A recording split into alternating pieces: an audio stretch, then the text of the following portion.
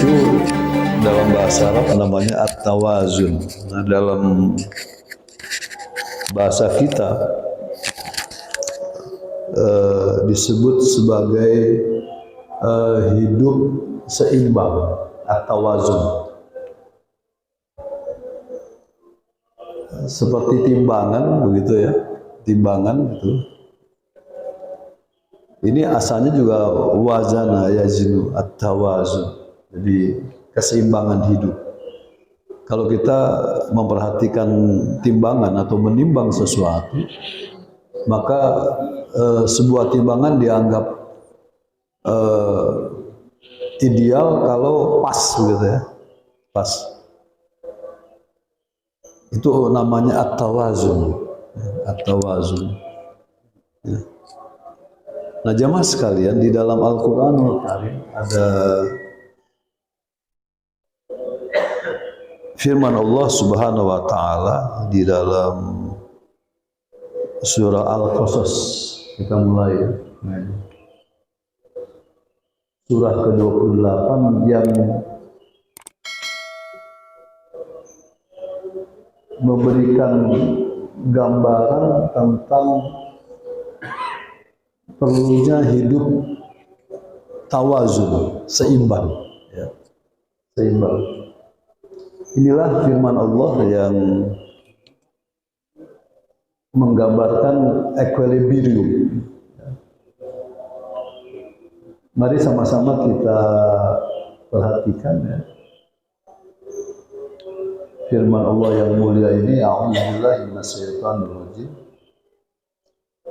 Wabtaghi fima ataqallahu, kalau kita sambung, ataqallahu darul akhirah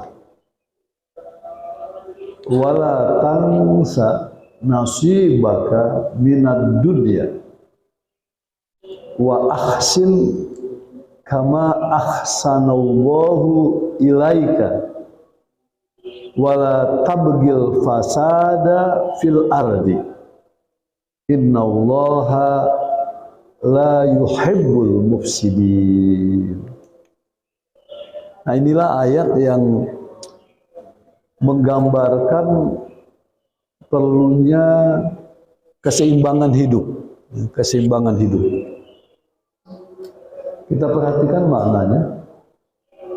Allah berfirman yang pertama, wabtaghi fima ataqallahu ad-darul akhirah. Upayakanlah ya, perolehlah, dapatkanlah, itu mana ibtaghi. Jadi fi'il amr ya, bentuk perintah imperatif. Dan usahakanlah olehmu, perolehlah olehmu. Dengan apa atau apa dan dengan apa kita memperoleh sesuatu yang oleh Allah disuruh. Ya, apa dan dengan apa? Ya. Yang Allah perintahkan yang harus diperoleh oleh kalian adalah ad-darul akhirah, negeri akhirat. Dar itu artinya darun, negeri ya. Negeri akhirat. Kata Allah, perolehlah, olehmu maksudnya adalah kebahagiaan hidup, keselamatan hidup di negeri akhirat. Jadi yang dituntut oleh Allah adalah agar semua orang dalam hidup itu berupaya keras, bekerja keras. Kalau ditambahkan nanti ada ayat-ayat yang menarik ya. Bekerja keras artinya bersungguh-sungguh, kemudian bekerja cerdas artinya bekerja berdasarkan ilmu, lalu bekerja ikhlas berdasarkan iman kepada Allah Subhanahu wa taala. Jadi ketika kita berusaha, di dalamnya ada kata bekerja keras, bersungguh-sungguh. Itu yang disebut dengan mujahadah. Kemudian yang kedua, bekerja cerdas. Artinya setiap yang kita lakukan harus berdasarkan ilmu. Jadi ada basis pengetahuannya.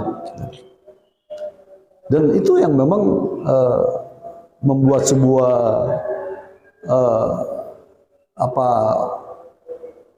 keinginan bisa tercapai ya dengan ilmu.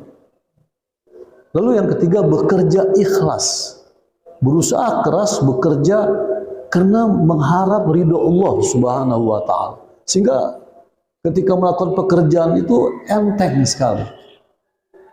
Nah, tetapi dalam ayat ini yang ingin ditekankan Allah, apa yang harus kita capai? Apa objektifnya? Kata Allah, objektifnya adalah ad-darul akhirah, negeri akhirat. Itu yang pertama. Jadi apa yang harus kalian usahakan? Kebahagiaan hidup di negeri akhirat. Kenapa Allah mengingatkan di awal ayat ini negeri akhirat? Bukan negeri yang terdekat dengan kita, dunia ini. Karena sesungguhnya inilah rumah terakhir kita. Jadi Darul Akhirah itu adalah our final destination. Jadi destinasi terakhir. Dunia ini justru the first destination. Itu satu. Disinilah kita menjalankan hidup secara abadi dan hanya dua tempat yang Allah sediakan di sini. Apa namanya? Yang pertama adalah surga, yang kedua neraka. Nah, jauh-jauh hari sebelum kita sampai di sini, Allah juga mengingatkan tentang negeri akhirat ini dalam surah Al-Hasyr ayat 19. Al-Hasyr itu surah ke-59 ya. Ayat 19. Kata Allah, la yastawi ashabun nari wa ashabul jannah. Ashabul jannati humul faizun. Kata Allah, la yastawi, tidak sama.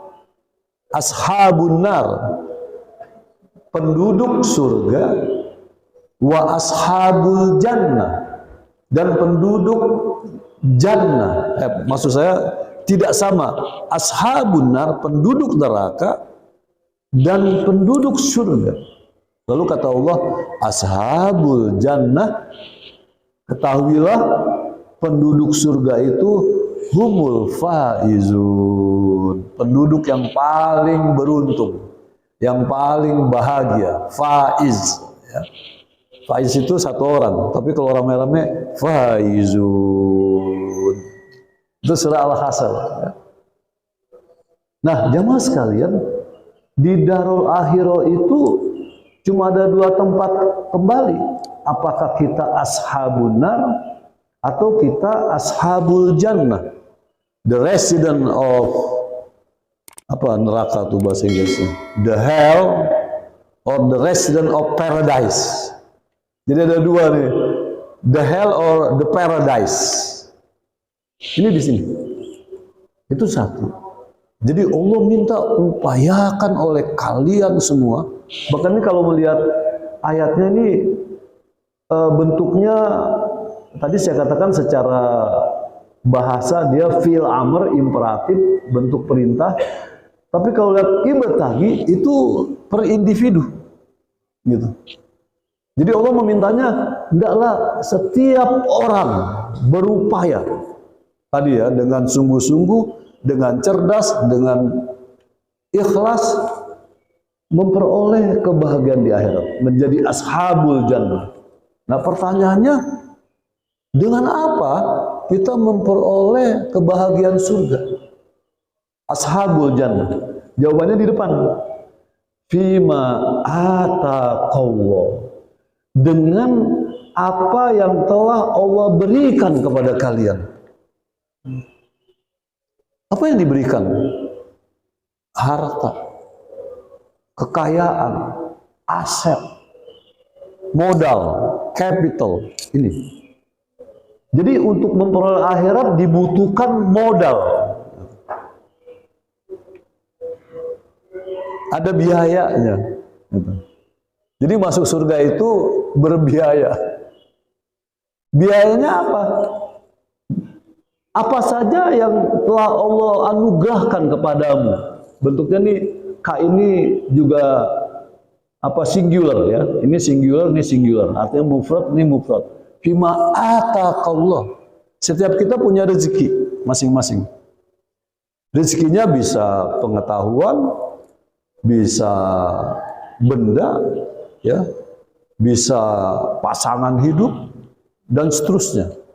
Jadi semua hal yang membuat kita senang itu adalah fima ataqallah. Jadi untuk memperoleh akhirat, apa yang Allah berikan kepada kita itu digunakan secara optimal. Itu satu. Kalau kita perhatikan asbabun nuzulnya ini, ya, sebetulnya perintah untuk memperoleh kebahagiaan akhirat ini secara historis itu ditujukan kepada keluarga besar Nabi Musa, masih kerabat Nabi Musa yang bernama siapa? Firaun, Korun. Ya, jadi ayat ini secara historis sesungguhnya tengah mengingatkan seorang konglomerat yang namanya Korun, yang sampai hari ini masih diabadikan namanya ya. Apa namanya tuh? Harta karun. Kita menyebutnya karun ya.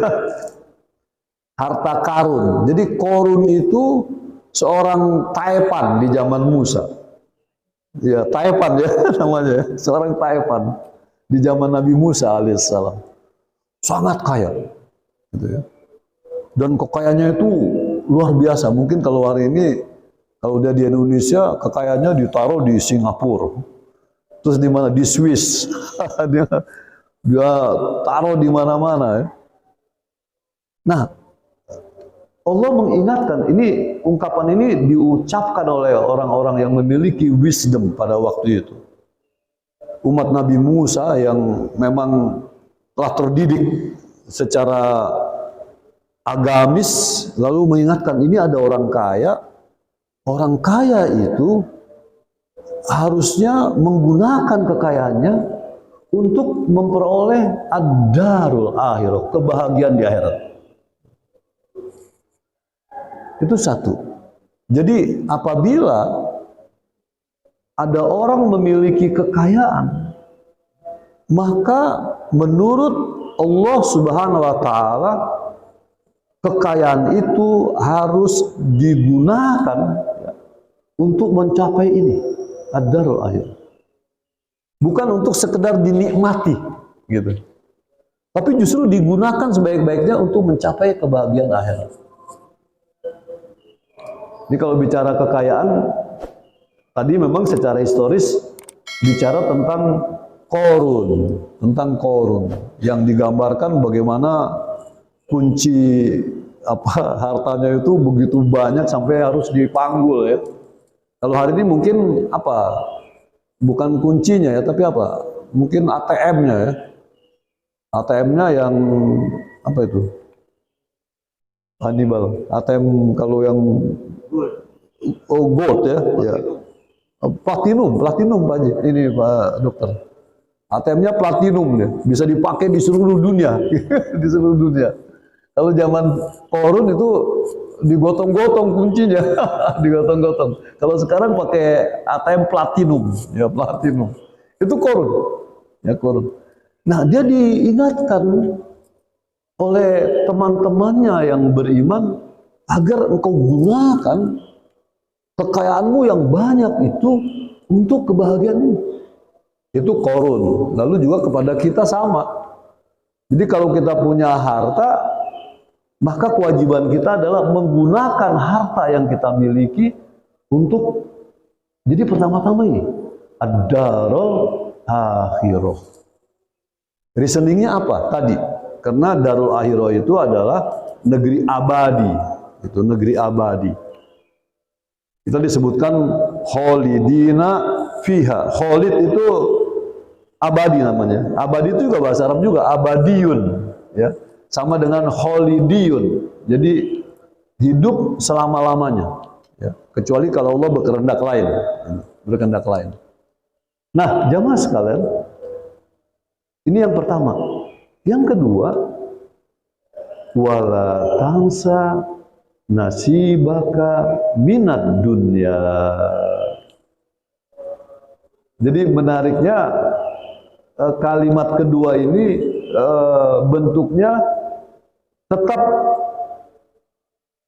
perintah sama seperti ini ibtagi, tapi ada kata la-nya. Ada kata la. La itu namanya lanahi. Lanahi itu artinya bentuk negatif. Apa artinya? Dan janganlah kamu lupakan. Dan janganlah kamu lupakan. Apa yang harus kita tidak lupakan? Harus kita selalu ingat. Harus selalu kita sadari. Ya. Ini nasibaka. Nasibaka. Nasibaka itu bukan nasibmu. Bukan. Bahasa Quran itu nasibaka itu bagianmu. Bagianmu. Ya, nasibaka. Minad dunya, dari kehidupan dunia ini. Nah, mulai kelihatan gambaran keseimbangan, gitu. Keseimbangan mengelola hidup, atau keseimbangan memahami pola hidup Islami. Jadi pola hidup Islami itu adalah pola hidup seimbang, ya. Dan semuanya berkaitan dengan apa yang Allah berikan. Jadi semuanya bertumbuh kepada apa yang menjadi milik kita sebagai rizki dari Allah. Ya. Kita sebutnya mungkin yang paling singkat aset. Aset kita. Nah, aset itu bisa jadi capital, bisa menjadi alat investasi, gitu ya. Dan semuanya itu oleh Allah diminta gunakan secara optimal aset engkau itu untuk meraih kebahagiaan akhirat. Tapi yang menarik kedua ayat berikutnya, wala tangsa nasibaka minad dunya, dan jangan kamu lupakan bagianmu dari kehidupan dunia ini. Kembali lagi. Aset itu adanya di mana? Di dunia. Karena aset itu ada di dunia, maka upayakan bagianmu, dapatkan dia. Jadi jangan cuma dikasih atau dikuasai oleh segelintir orang. Kalau di Indonesia berapa orang tuh? 9 ya katanya. Siapa yang hafal tuh? 9 taipan yang menguasai Indonesia, yang bisa menentukan siapa jadi presiden. Ini repot juga nih, orang menginginkan Pak Anies katanya. Walaupun ada kompetitornya ya, ada Prabowo, ada Ginanjar, ada Ginanjar ya. Ganjar ya, Ganjar ya. Allah mengatakan kalian juga harus jadi taipan. Cuma susah ya jadi taipan ya. Mesti dari kecil kali ya. Siapa pemilik apa itu Sumarekon? Ini Kelapa Gading Sumarekon semua rata-rata ya. Sumarekon. Dulu ada Haji Samhudi ya. Almarhum Allahumma yarham. Beliau mungkin juga masuk bagian dari apa udah kategorinya taipan gitu. Tapi yang pasti dia sudah berupaya memiliki aset untuk ini beliau. Kita lihat dengan pembangunan sekolah, masjid ya, masjid. Mudah-mudahan Allah terima semua amal baik beliau. Nah, jamaah sekalian, jadi ini qawaidul Qur'aniyah namanya. Jadi qawaid Qur'aniyah artinya hukum-hukum yang telah ditetapkan Allah bahwa kalau kamu punya harta, upayakan harta yang kau miliki yang sebetulnya berasal dari Allah bukan untuk kebahagiaan dunia semata, tapi justru untuk ad-darul akhirah. Itu esensinya di situ, poinnya. Tapi yang menarik, yang kedua, wala tansa nasibaka minad dunya. Nah, ketika bicara ini, dan janganlah engkau melupakan bagianmu di dunia. Pertanyaannya adalah, apa kesenangan dunia itu? Oleh Allah dijelaskan di dalam surah 3 Al-Imran, surah Al-Imran. Ini boleh dicatat untuk menjadi pengetahuan kita. Ayat 14. Ketika bicara tentang nasibaka, bagian. Nah, Allah menjelaskan apa yang dimaksud dengan kesenangan dunia ini, ya, yang harus kita peroleh juga. Jadi dalam ajaran Islam itu kita tidak dituntut untuk menjadi miskin, tapi justru kita dituntut untuk memperoleh bagian yang Allah berikan di dunia ini. Ya. Tapi sebelum kita masuk ke ayat 14 surah Al-Imran ini, ada ayat yang lain di surah 2 Al-Baqarah. Di sana ada firman Allah Subhanahu wa taala yang berbunyi, a'udzubillahi minasyaitonir rajim. Walladzi khalaqakum ma fil ardi jami'an. Masih ingat enggak Pak Robi ayatnya?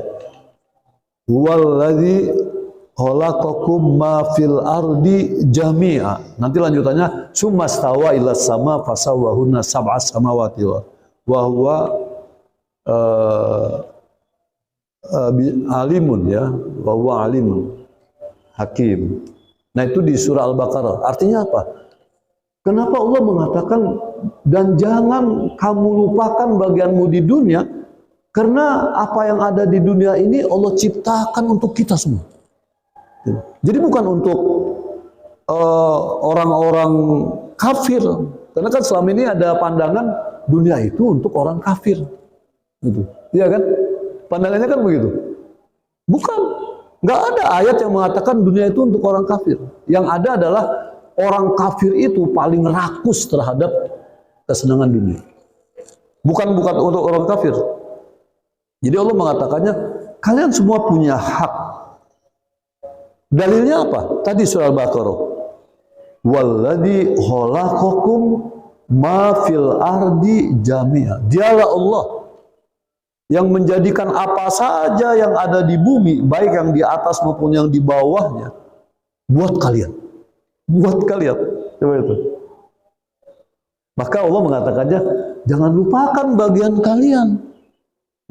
Nah, pertanyaannya yang berikutnya tadi, apa sih yang paling menonjol, yang paling disukai tentang kesenangan dunia ini? Surah Al-Imran ayat 14. Allah mengatakan begini. Saya kira ini familiar buat kita. A'udzubillahi minasyaitonir rajim. Zuyyina linnas hubbus syahawat. Itu. Dimulai dengan zuyyina linnas. Jadi sudah menjadi ketentuan Allah bahwa manusia itu telah ditanamkan pada dirinya memiliki kecenderungan suka kepada apa? As-sahawat. Nah, kita kalau memahami sahwat apa, Pak? Nafsu seks. No. Mohon maaf, saya minum dulu.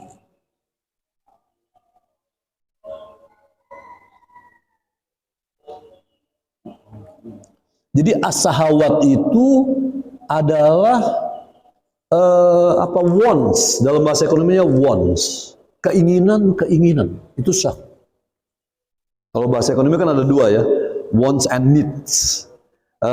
keinginan dan kebutuhan. Needs bisa diukur, tapi yang tidak terukur adalah wants. Wants. Kalau need kan makan apa harus 5 kali sehari? Enggak. Cukup 3 kali. Gitu kan. Bahkan menurut kesehatan 2 kali, Dok, ya. Pagi sama siang, ya. Pagi sama siang. Kalau mau sehat. Tapi kalau mau badan besar, belakangan lalu kolesterol, jantung, diabetes, wah, makan sepuasnya gitu. Jadi kata Allah, Zuyina linas hubbus syahawat. Allah memang telah menghiasi pada diri manusia itu suka pada keinginan-keinginan yang tidak terbatas, unlimited. Tapi oleh Allah dibatasi keinginan ini. Ini menariknya Al-Quranul Karim. Apa kata Allah? Syahwat itu bentuknya yang pertama adalah minan nisa. Ternyata syahwat yang pertama, yang paling digandrungi oleh orang adalah pasangan hidup. Jadi di sini minan nisa bukan lalu kita bebas, walaupun ada yang melakukan itu, ya, bergaul dengan semua wanita, karena ada dalilnya. Ini dalilnya nih. Ada dalilnya. Dalil pertamanya, memang sudah menjadi sunatullah, orang tuh senang dengan wanita. Demikian juga wanita senang dengan laki-laki, sebetulnya gitu, ya. Jadi bahasa itu harus sama, seimbang kan. Jadi kita senang dengan wanita, atau juga wanita senang dengan laki-laki karena sunatullah. Tapi kata Allah, itulah kecenderungan pertama manusia, menyenangi pasangan hidup wanita. Maka kita berkeluarga. Kemudian yang kedua, wal banin, anak-anak, keturunan. Maksudnya al-banin itu keturunan. Jadi setelah kita memiliki pasangan, lalu kita menginginkan ada keturunan yang melanjutkan generasi kita. Saya punya keturunan 6. Banyak sekali itu. Pak Robi 1 cuma, ya. Asetnya sedikit, ya. Banyak tapi, ya. Tadinya banyak, asetnya sedikit. Pak Hannibal 2, ya. 2. Wah, saya paling atas, ya. Pak Dokter lah, Pak Dokter. Oh, 2 juga. Aduh, saya asetnya gede juga nih. Artinya saya punya fima atakallah ini untuk darul akhirah melalui anak-anak. Anak itu kan bagian yang Allah berikan, ya, berikan. Tapi kan Pak Robi tanahnya di mana-mana, ya. Tapi atas nama orang lain gitu, ya. Nah, jemaah sekalian, jadi yang kedua yang Allah hiaskan dalam diri kita itu mencintai anak. Kemudian yang ketiga, Allah membuatnya 3 nih. Wal qanatiril muqantara. Nah, itu yang menggambarkan korun itu, dan harta yang bertumpuk-tumpuk. Jadi bahasa Quran al qanatiril muqantara. Harta kekayaan yang berlipat ganda. Menariknya jamaah sekalian, oleh Allah dideskripsikan harta yang berlipat ganda itu yang paling menonjol adalah yang pertama minaz zahab, bentuknya emas. Jadi dari harta yang banyak itu dia paling banyak mempunyai emas. Nah, emas ini kan sudah menjadi standar untuk berdirinya sebuah negara, ya. Salah satu kapitalnya kan adalah emas. Nah, Allah menyatakan itu. Jadi berlaku sunatullah dalam hidup di dunia ini. Jadi di samping pasangan hidup, anak-anak, lalu yang ketiga harta yang bertumpuk-tumpuk. Dari harta yang bertumpuk-tumpuk oleh Allah dinyatakan yang paling menonjol adalah yang pertama emas. Dijadikan juga dia medali emas buat setiap kompetisi olahraga, ya, atau apa aja kompetisi apapun. Yang kedua wal fiddah. Fiddah itu apa? Setelah emas apa? Fiddah, perak. Itu juga kan menjadi standar juga ya, standar apa pembayaran ya. Capital sebuah negara, perak. Kemudian yang ketiga, wal khailil musawwamah. Ini kalau harfiah artinya kuda pilihan. Kuda pilihan. Kalau saya tanya, ada yang punya kuda di sini? Nggak ada. Punyanya apa? Lamborghini punyanya ya.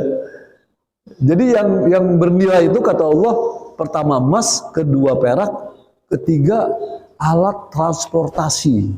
Kan kuda ini kan, makanya kan ada apa ukuran mesin tuh pakai tenaga kuda ya. Ya begitu ya, pakai. Saya nggak ngerti bahasa apa itunya teknisnya tuh. Ya tenaga kuda gitu. Nah Allah menyebutkan lagi, ini menunjukkan kebenaran wahyu. Ya, kebenaran wahyu. Jadi yang ketiga yang orang suka itu adalah harta yang berlimpah ruah dalam bentuk emas, perak, dan alat transportasi. Jadi kalau di darat tadi Lamborghini, kalau di udara jet pribadi, nah, gitu. Jet pribadi. Yang punya di sini siapa ya? Di Indonesia yang jet pribadi itu saya pernah dengar Prabowo punya. Kemudian apa yang Lipo itu? Yang punya Lipo juga punya. Terus siapa lagi? Artis-artis ada ya yang punya jet pribadi. Ah itu teman Pak Dokter Abu Rizal Bakri ya. Nah ini ada contoh-contoh di Indonesia itu. Ya, pemilik kekayaan yang berlimpah-limpah. Kemudian yang berikutnya lagi wal an'am, binatang ternak. Nah, kalau saya tanya di sini Bapak punya binatang ternak? Punya burung paling ya. Kalau di kota-kota besar, tapi kalau di desa bisa ya. Ada sapi, ada kambing, ada apa gitu. Itu juga jadi aset yang paling menonjol tuh, yang digandrungi orang. Ya. Itu kalau di desa masih bisa nih, fakta ini masih jalan. Tapi kalau di kota besar apa? An'am ini binatang ternak kira-kira apa nih? Properti. Nah, tapi nggak banyak ya orang jadi apa pengembang, nggak banyak, ya nggak banyak. Cuma ya tanahnya banyak. Pak Hannibal di Jonggol berapa puluh hektar, belum dijual kan, belum laku ya. Pak Hannibal banyak tanahnya di Jonggol, karena tahu ada ibu kota tadinya, nggak tahu nggak jadi kan. Nah itu wal an'am. Lalu kata Allah berikutnya lagi yang ke berapa?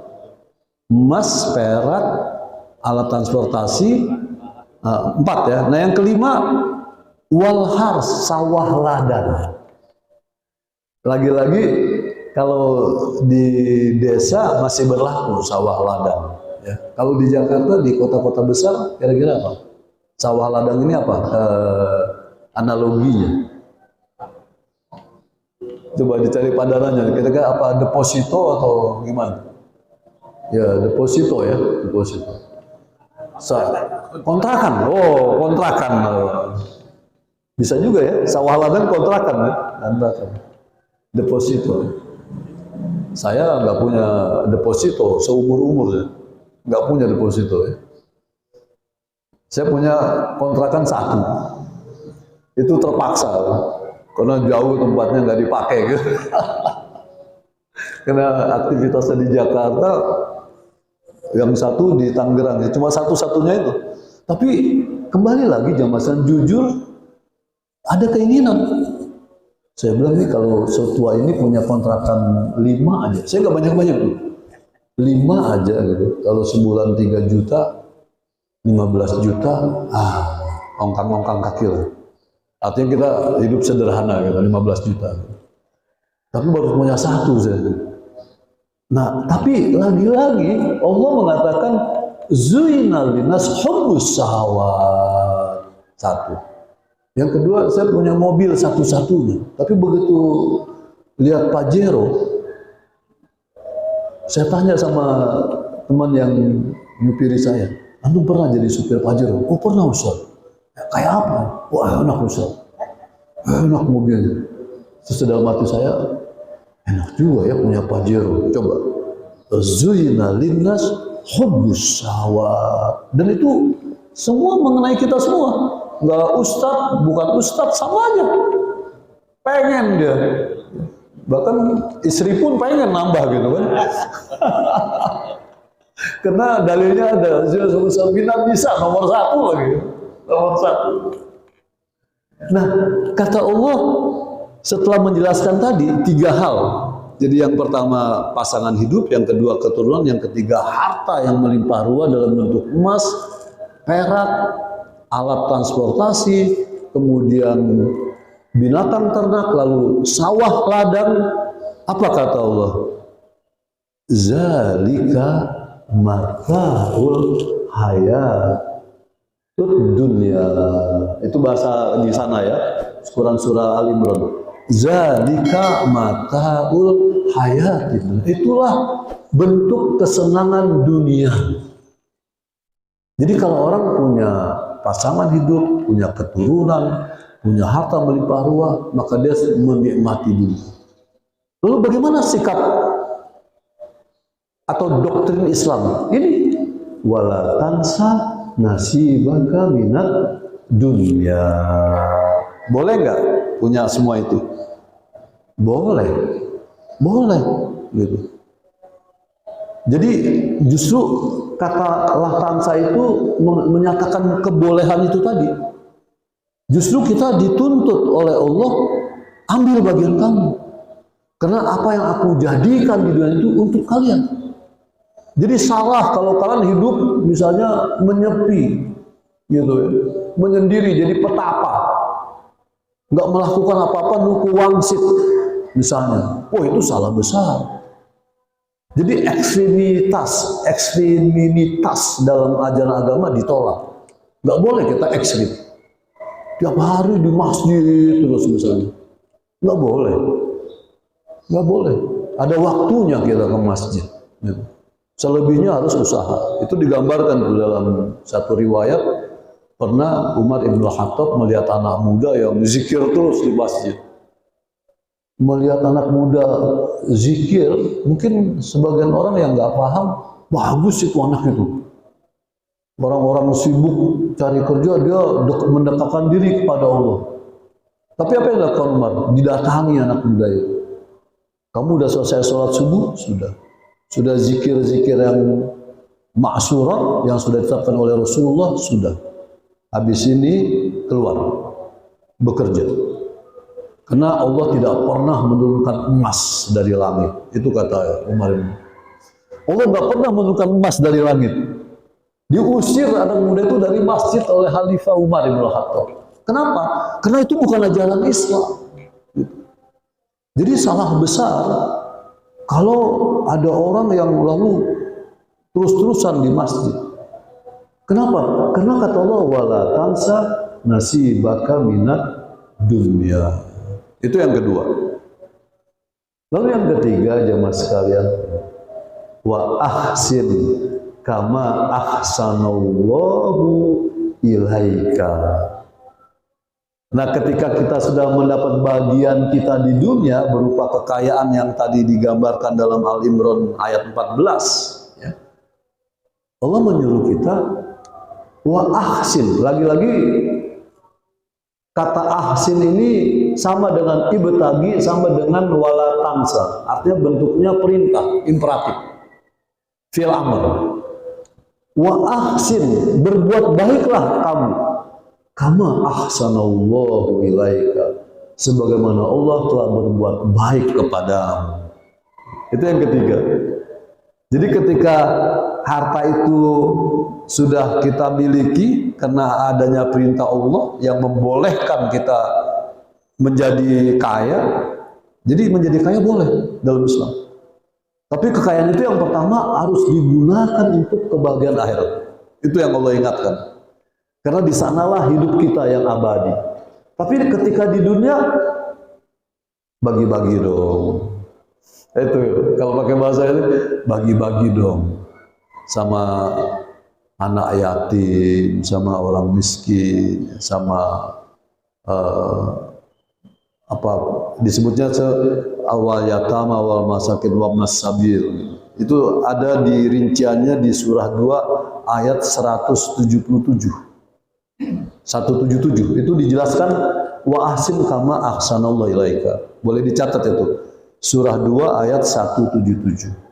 Di mana oleh Allah Subhanahu wa taala diminta wa atal mala ala hubbi. Keluarkanlah harta yang paling kau cintai ala hubbi. Zawil qurba, untuk keluarga terdekat. Jadi ahsin yang pertama keluarga terdekat. Wa ahsin kama ahsanallah itu zawil qurba wal yatama, anak-anak yatim, wal masakin, orang-orang miskin, wabnas sabil, para traveler yang kesulitan, traveler yang bermaksud baik ya. Kemudian wabnis sabil, wasailin, peminta-minta, itu juga harus kita bagi. Ini peminta-minta yang bukan diorganisir, Pak ya. Saya seringkali mengatakan bahwa ada peminta-minta yang memang diorganisir atau dia mengorganisir dirinya. Kan pernah di YouTube itu ada terbongkar orang pura-pura pincang kakinya, lalu setelah di daerah mana, Bandung atau mana itu? Di sini juga ada ya, pura-pura cacat, wah dia bisa mendapat uang besar sekali. Itu nggak bisa tuh dikasih yang begitu, karena dia sudah men-setting dirinya untuk dengan cara yang tidak dibenarkan Allah mencari rezeki. Ada juga saya punya kawan, punya pembantu tiba-tiba berhenti, lalu terkejut kawan saya ini ketemu sang pembantu di lampu merah bersama anaknya, jadi peminta-minta. Kemudian diminta, kenapa kamu nggak kerja lagi, malah kan kerja di sini? Apa dia bilang? Saya nggak lagi dapat kerja di tempat bapak, lebih baik seperti ini. Ini justru lebih banyak dapatnya. Jadi menjadi peminta-minta itu jauh lebih banyak perolehannya dibanding dia menjadi pembantu rumah tangga. Itu. Nah, hal-hal yang semacam ini yang menurut saya kurang sehat. Gitu. Ya. Bahkan kalau dalam konteks zakat wal ghorimin, orang-orang yang punya hutang banyak itu juga harus dibantu. Nah, di sini Allah menekankan kalau kamu sudah memiliki aset sebagai bagian kamu di dunia ini, berbuat baiklah karena Allah telah berbuat baik kepadamu. Jadi berbuat ihsan. Nah, di sini ada faihsan nih, ya. Faihsan sudah berbuat baik nih. Yang terakhir, wala tabgil fasada fil ardi, dan jangan engkau membuat kerusakan di muka bumi. Gitu. Apa maksud kerusakan ini? Yang merusak tatanan hidup. Apakah dalam konteks ekosistem misalnya, atau dalam konteks sosial? Nggak boleh kita membuat al-fasad, kerusakan. Dalam konteks sosial misalnya mengembangkan fitnah ketika memilih pemimpin misalnya, atau menyebarkan hoax, itu nggak boleh karena dia bagian dari al-fasad. Ketika Allah mengatakan wala tabil fasad, artinya Allah menyuruh kita untuk berbuat yang baik di dunia ini, gitu. Jadi lakukan kebaikan-kebaikan, jangan merusak ekosistem, pembalakan, apalagi itu, ya, penggundulan hutan, pencemaran udara misalnya itu. Itu termasuk yang wala tabghil fasad fil ard. Bahkan dalam ayat yang lain, wala tabghil fasad fil ard ba'da islahiha. Jadi yang disuruh, jangan kamu membuat kerusakan di bumi setelah Allah membuat kebaikan, islah. Ya. Jadi fasilitas yang Allah berikan ini dipelihara. Dia jangan dirusak. Ya. Barangkali kita melihat fakta besar ya, misalnya kali-kali di Kelapa Gading itu kan besar-besar. Tapi kali-kali itu kan nggak bisa dipakai mandi, nggak bisa pakai apa, karena kotor. Kenapa kali itu kotor? Karena dirusak oleh manusia. Saya masih ingat tuh, dulu saya tinggal di daerah kota ya, di Pasar Pagi Lama Asmk itu. Itu ada kali itu dari mulai Tangerang sampai ke sampai ke Pasar Ikan. Saya masih ingat masih kecil, kali itu airnya bagus, bisa dilalui apa namanya perahu atau getek ya yang bawa apa bambu-bambu dan kita bisa mandi di sana. Tapi karena ulah kita ini rusak semua. Nah, ini Allah larang wala tabdil fasad fil ard. Nah, di Jakarta luar biasa kerusakan. Terasa betul tuh kerusakan lingkungan ya, lingkungan. Nah, ini Allah larang. Kenapa? Innallaha la yuhibbul mufsidin. Karena Allah tidak menyukai orang-orang yang berbuat kerusakan. Nah, inilah jemaah sekalian 4 hal ya yang ditekankan Allah sesuai judul kita tadi ya. Judulnya apa tadi? Ini terjemahnya ya. Nah, ini kalau boleh tambahin kesombongan siapa? Korun ya. Ketika dia diingatkan Anda sudah jadi taepang, konglomerat. Harusnya Anda gunakan harta Anda untuk kebahagiaan akhirat. Anda gunakan dia untuk berbuat kebaikan, tidak membuat kerusakan gitu. Tapi dengan pongah kata Fir'aun ketika diingatkan, "Qul innama utituhu ala ilmin indi." Ini esensinya ya. Kalau ini tambahan ayatnya yang menjelaskan bagaimana akibat sikap sombong ini lalu menjadi Allah siksa ya di berbagai apa generasi ya orang-orang sombong itu. Apa kata kata Qarun?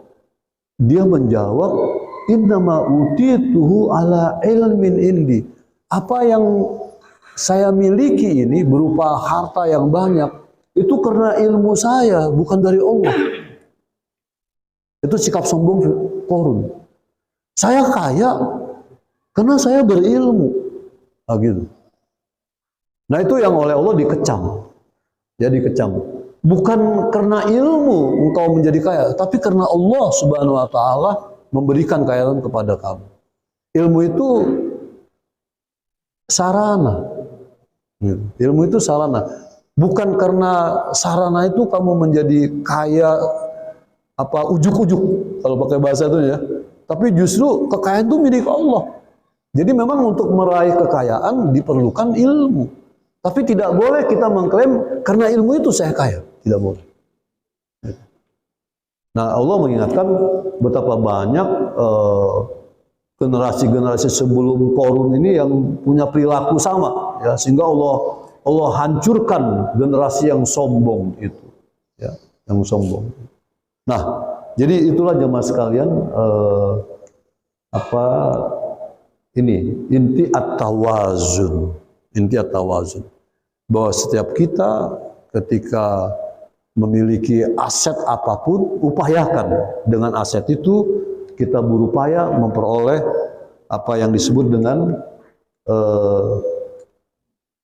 kebahagiaan akhirat.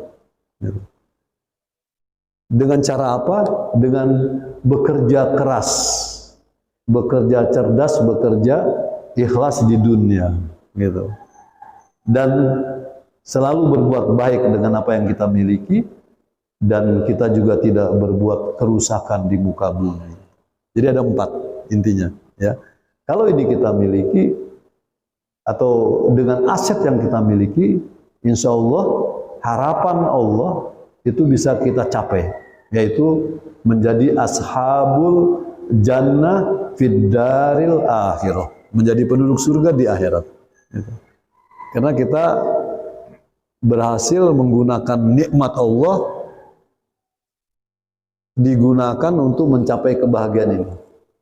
Sambil kita bekerja keras terus di sini ya, bekerja sungguh-sungguh. Lalu sambil tetap berbuat baik terhadap sesama dan lingkungan, ya. Wala tabghil fasada fil ardh. Barangkali itulah kajian kita pada pagi ini. Mudah-mudahan kita semua memperoleh apa yang Allah harapkan, yaitu kebahagiaan akhirat atau ashabul jannah dengan kerja keras, kerja cerdas dan kerja ikhlas. Hadanallahu wa iyyakum ajmain. Subhanakallahumma wa bihamdika asyhadu an la ilaha illa anta astaghfiruka wa atubu ilaik. Wa lakum minkum. Assalamualaikum warahmatullahi wabarakatuh. Waalaikumsalam.